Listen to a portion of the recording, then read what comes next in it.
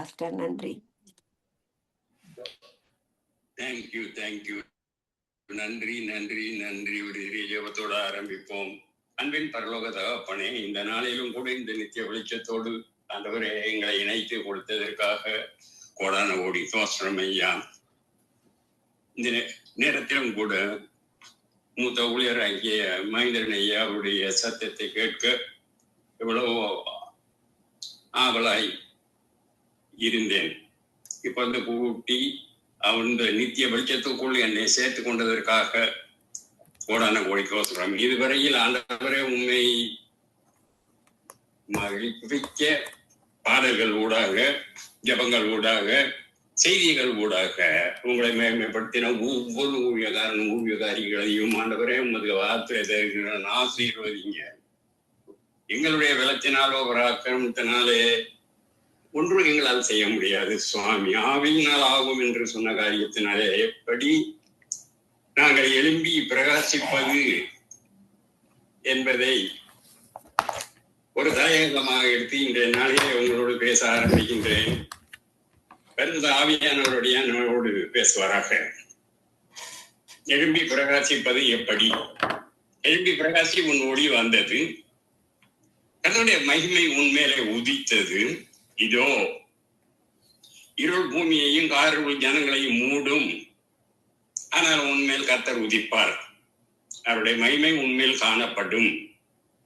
உன் வெளிச்சத்தினிடத்திற்கு ஜாதிகளும் உதிக்கின்றவனோட ஒளியிடத்திற்கு ராஜாக்களும் நடந்து வருவார்கள். அல்லேலூயா.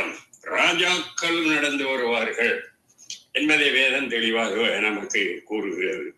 எசாயா 60வது அதிகாரம் 1, 2, 3வது வசனங்களிலே விதமாக எழுந்து எப்படி பிரகாசிப்பது என்பதை அவர் எங்களுக்கு எழுதி வைத்திருக்கிறார்.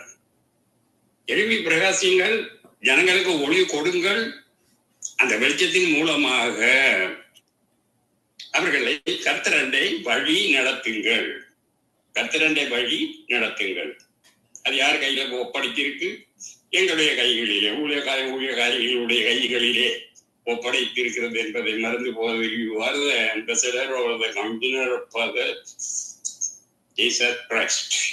எழும்பி பிரகாசிங்கள் என்று கர்த்தர் சொல்லும் பொழுது அந்தகார வல்லமைகளை குறித்தும்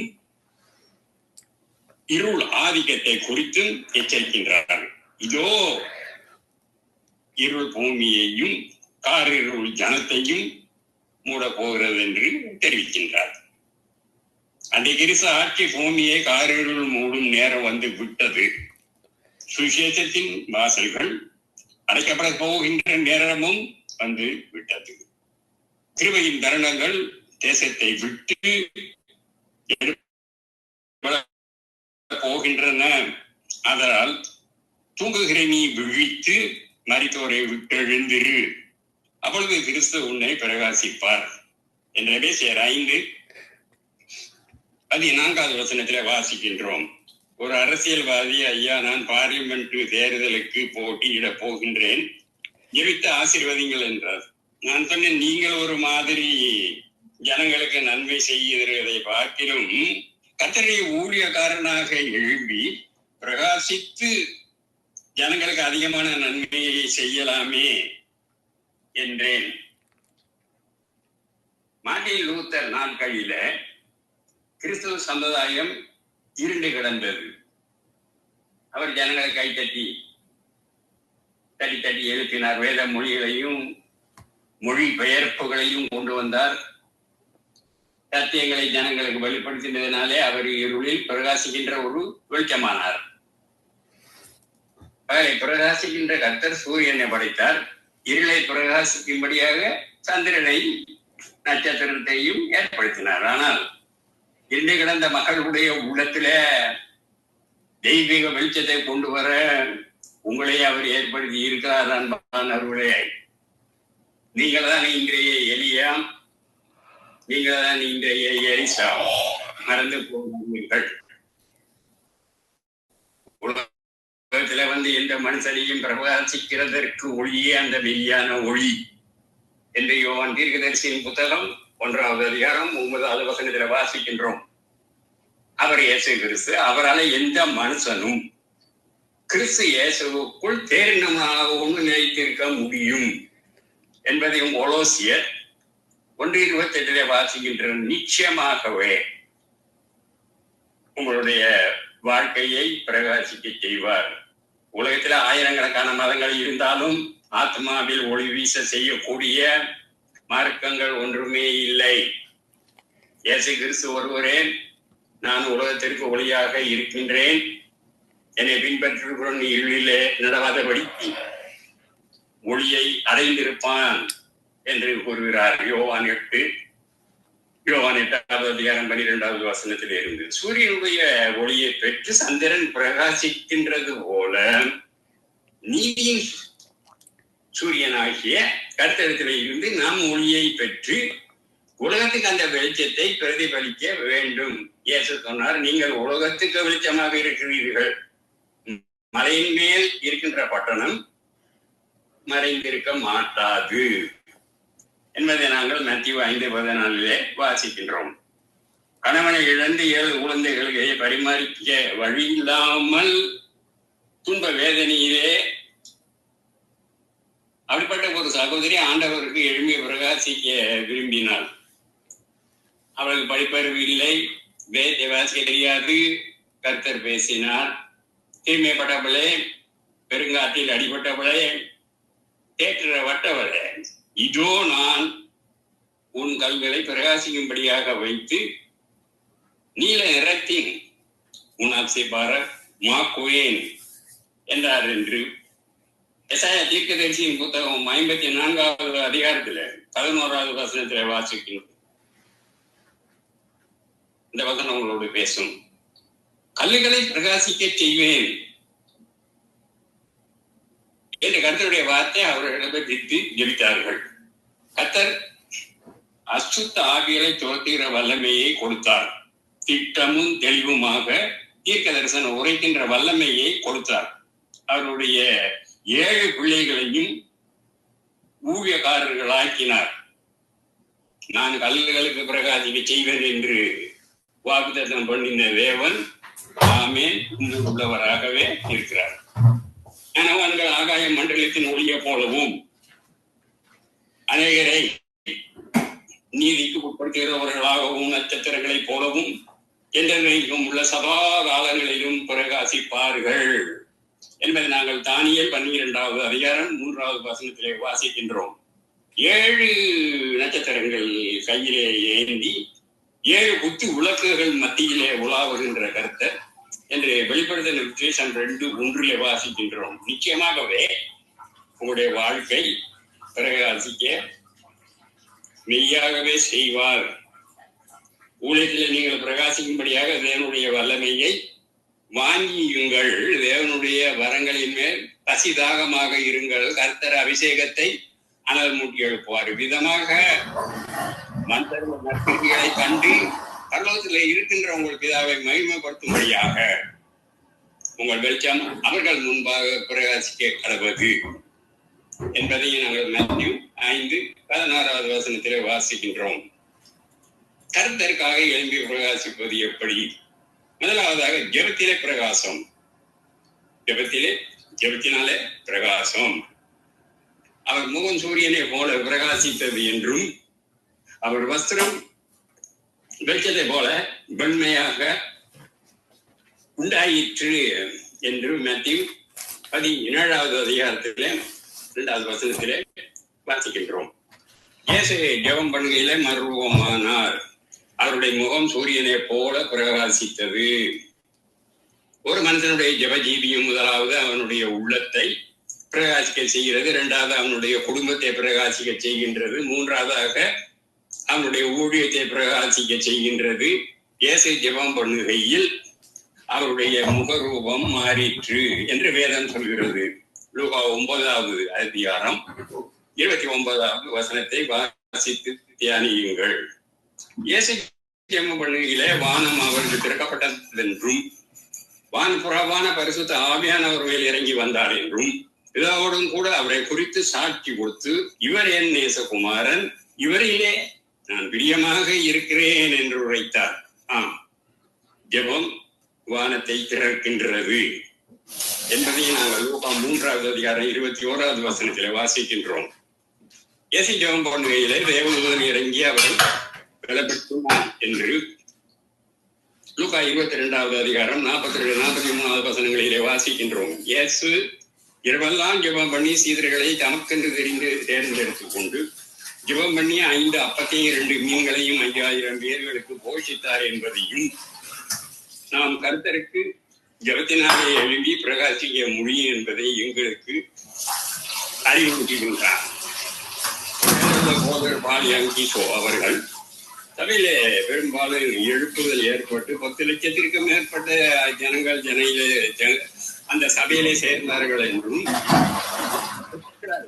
எழுப்புதலுக்கு 3 காரணங்கள் உண்டு என்றும், 1 ஜெபம், 2வது ஜெபம், 3வது ஜெபம் என்று முடித்தார். ஜான் வெஸ்லி என்கின்ற பக்தன் எழுந்து பிரகாசிக்க முக்கியமான காரணம் அவருடைய ஜெப வாழ்க்கை தான்.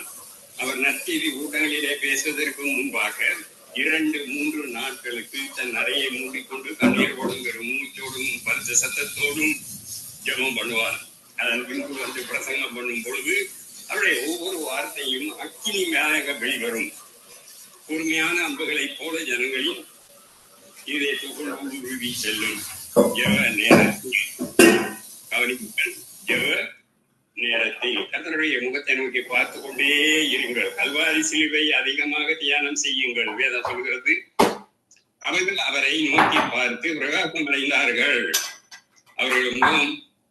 அவர்களுடைய முகங்கள் வெட்கப்படவில்லை என்று சங்கீதம் 34:5வது வசனத்திலே வாசிக்கின்றோம். இரண்டாவதாக தேவ பிரசன்னத்தின் பிரகாசம். மோசே சாட்சி பலகைகள் 2ஐயும் தன்னுடைய கையில எடுத்துக்கொண்டு சீனாய் மலையிலே இறங்கும் பொழுது தன்னோட அவர் பேசினதினால தன்னுடைய முகம் பிரகாசிக்கிறது என்பதை அவன் அறியாமல் இருந்தான் என்று யாத்திராகமம் 34வது அதிகாரம் 29வது வசனத்தில் வாசிக்கின்றோம். இஸ்ரவேல் புத்திரர்கள் அவன் முகம் பிரகாசிப்பதை கண்டார்கள். மோசே அவரோடு பேசும்படியாக உள்ளே பிரவேசிக்கும் வரைக்கும் முக்காட்டை திரும்ப தன்னுடைய முகத்திலே போட்டுக் கொள்வான் என்றும் யாத்திராகமம் 34-35வது வசனத்திலே வாசிக்கின்றோம்.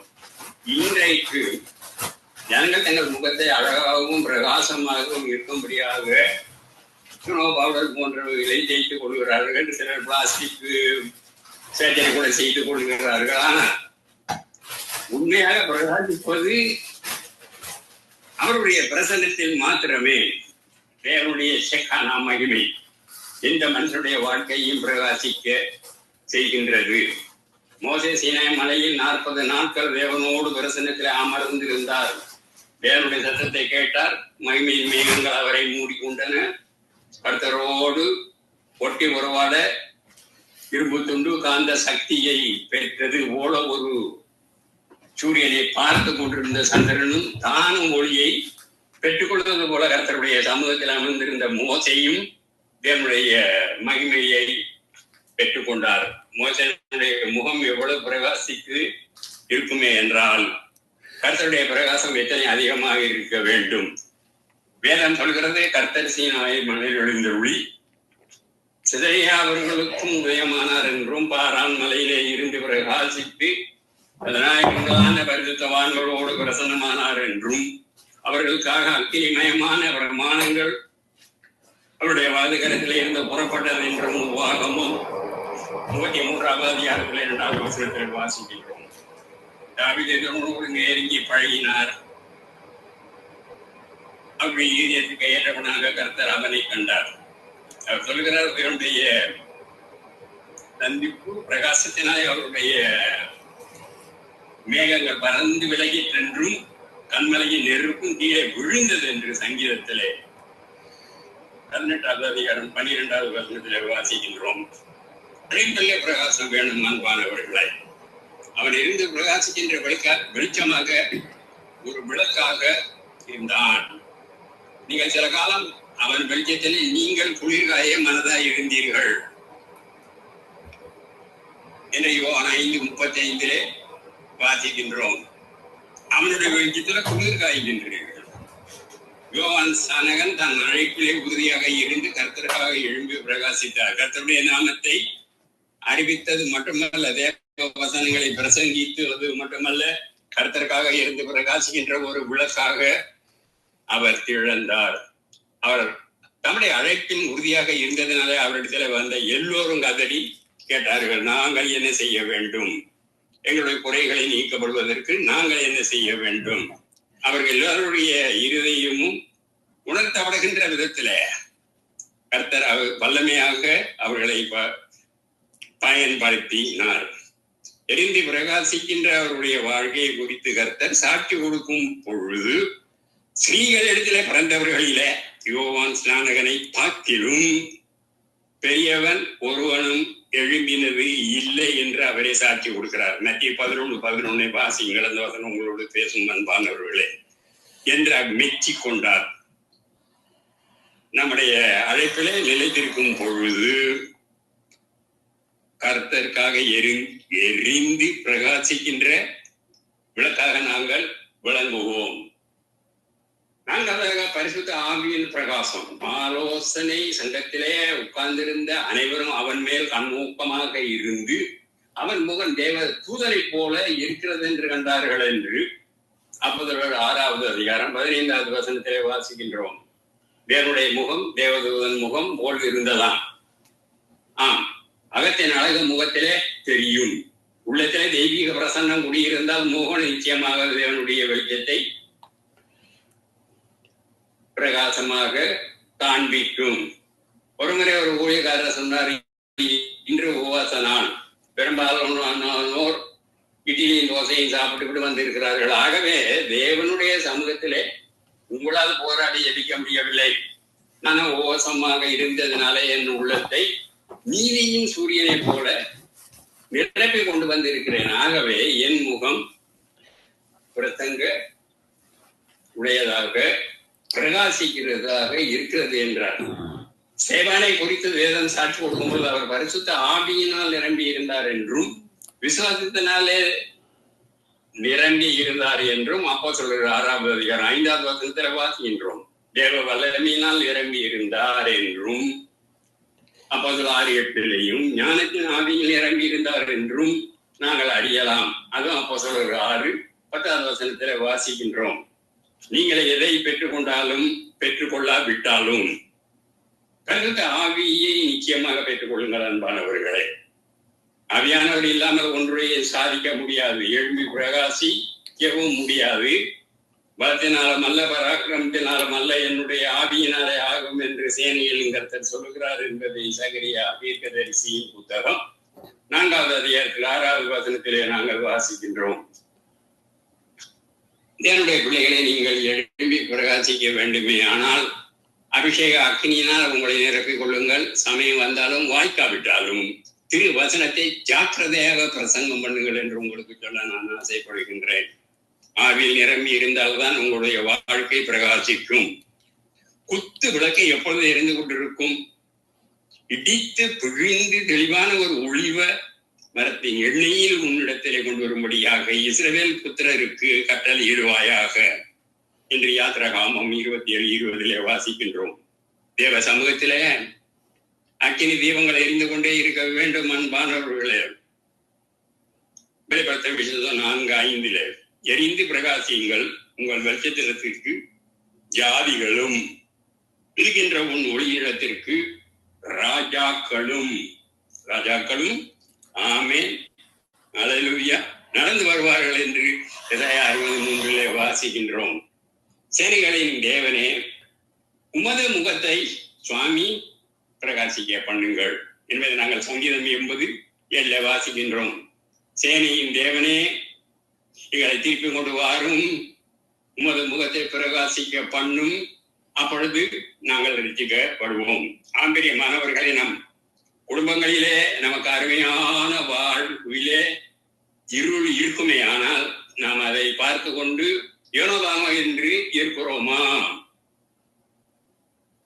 நம்முடைய வாழ்க்கையிலே நீர் அருளி செய்த தெய்வீக ஒளி மற்ற மக்கள் வாழ்விலும் வீசும்படியாக நீர் அருள்தாரும் சுவாமி என்று ஆண்டவரை நோக்கி கருத்தாக பிரார்த்தனை செய்வீர்களே. ஆனால் உங்கள் குடும்பம், மற்ற உறவினர்கள், நண்பர்கள் யாவரும் இந்த தெய்வீக ஒளியை அன்றடைய அவர் அருள் புரிவார் என்று 1 யோவான் 2:9 வாசிக்கின்றோம் என்று சொல்லி என் செய்தியை நான் முடித்துக் கொள்கிற ஆசைப்படுவதோடு ஒரு சிறிய பாடலோடு இன்றைக்கு நான் முடிக்கணும். அன்பாக எனக்கு ஒரு சிறிய நேரத்தை தாருங்கள். ஜெபம் செய்வோம். ஒளிமயமான ஆண்டவரே, நீர் தெய்வீக ஒளியாக எங்களிலும், எங்கள் உறவினர்கள் வீட்டிலும், எங்கள் நண்பர்கள் வீட்டிலும், எங்களுடைய உள்ளங்களிலும் பிரகாசித்து வாழ்வை, இருளை எல்லாம் சுவாமி நான் கண்டுணர ஜெபிக்கின்றேன். இன்று முதல் உம் தெய்வீக ஒளி வீசட்டும். இயேசுவின் நாமத்தில் பிதாவே ஆமேன் என்று சொல்வதோடு சங்கம வானொலியின் ஊடாக கேட்கும் ஒவ்வொருவரையும் புறஜாதி ஜனங்களையும் ரெட்டிப்புக்கு கொண்டு வர வேண்டும் என்றும், ரட்சிக்கப்படாதவர்கள் ரட்சிக்கப்பட வேண்டும் என்று ஒரு மனப்பட்டு நாங்கள் ஜெபிக்கின்றோம். சுவாமி நீரே எல்லோருக்கும் வழி நடத்தும்படியாக அவர்களையும் இந்த பரிசத்துக்குள்ளே ஆண்டவர் கொண்டு வர வேண்டும் என்றும் கர்த்தராகிய இயேசு கிறிஸ்துவின் நாமத்தினால ஆமேன் என்று சொல்லி முடிப்பதோடு ஒரு சிறிய பாடலோடு இதை முடித்துக் கொள்கிறேன். இயேசு அழைக்கிறார். Jesus calls us all. Jesus calls us all. Only we be consoled, eager to fold us. Jesus calls us all. Weighed down by sorrows and fears, cast out by all near and dear, look up to Jesus, the sunrest and angers for comfort most lasting and peace that endures, wiping our bitterest tears, guarding us in His arms, bearing us the most painful of losses, He surely restore us to safety and joy. At times of despair and woe, strength and all secure He gives. He is the light and salvation most certain, so draw near Him, wasting no moment delay. Amen. Yesu அழைக்கிறார். இயேசு அழைக்கிறார். அவளை உன்னை தன் கரங்கள் நீட்டிய இயேசு அழைக்கிறார். கண்ணீரெல்லாம் துடைப்பார், கண்மணி போல் காப்பார். தார்மேகம் போன்ற கஷ்டங்கள் வந்தாலும் கருத்துடன் உன்னை காத்திடவே. சோர்வடையும் நேரத்தில் ஆறுதல் உனக்களிப்பார். அவர் ஓன் வெளிச்சம். ஆமென். ரட்சிப்புமானதால் தாமதமின்றி நீ வந்திடுவாய். சகல வியாதியையும் குணமாக்க வல்லவராம். யாராயிருந்தாலும் பேதங்கள் இன்றிய கிருபையாலும் அன்பை அழித்திடவே. Jesus calls us all.